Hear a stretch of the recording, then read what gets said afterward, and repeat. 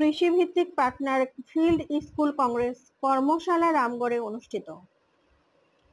কৃষি সমৃদ্ধি 2024-25 অর্থবছরের program on agriculture and rural transformation for nutrition, entrepreneurship and resilience in Bangladesh partner আওতায় খাগড়াছড়ি রামগড়ে পার্টনার ফিল্ড স্কুল কংগ্রেস কর্মশালা অনুষ্ঠিত হয়েছে। বুধবার 25 জুন সকালে উপজেলা পরিষদ মিলনায়তন হল রুমে রামগড় কৃষি সম্প্রসারণ অধিদপ্তরের আয়োজনে এ কর্মশালা অনুষ্ঠিত হয়। শুরুতে কোরআন তেলাওয়াত পাঠ করেন মোহাম্মদ মাহমুদুল হাসান, ত্রিপিটক পাঠ করেন মরাসিনু মারমা।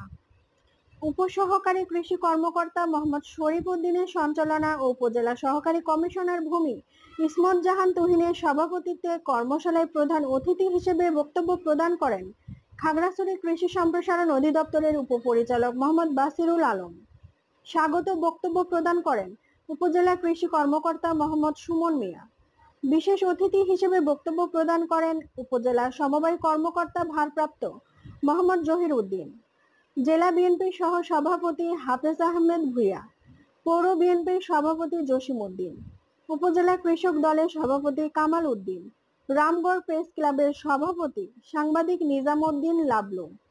পিএফ স্কুল থেকে কৃষকদের পক্ষ থেকে বক্তব্য প্রদান করেন সোনাই আগা ম্যানেজিং কমিটির vice chairman Sathu I Marma. উপজেলায় 12টি পিএফ স্কুল অবস্থিত।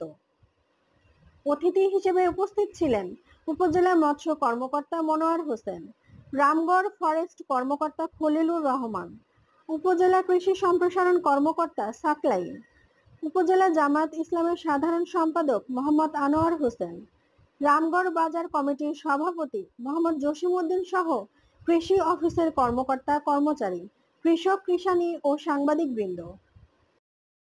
শিক্ষিত সমাজ তারা উদ্যোক্তা হয়ে যাবে এবং উদ্যোক্তা হিসেবে তারা কিন্তু অন্যদেরকে চাকরির নিশ্চয়তা দিবে।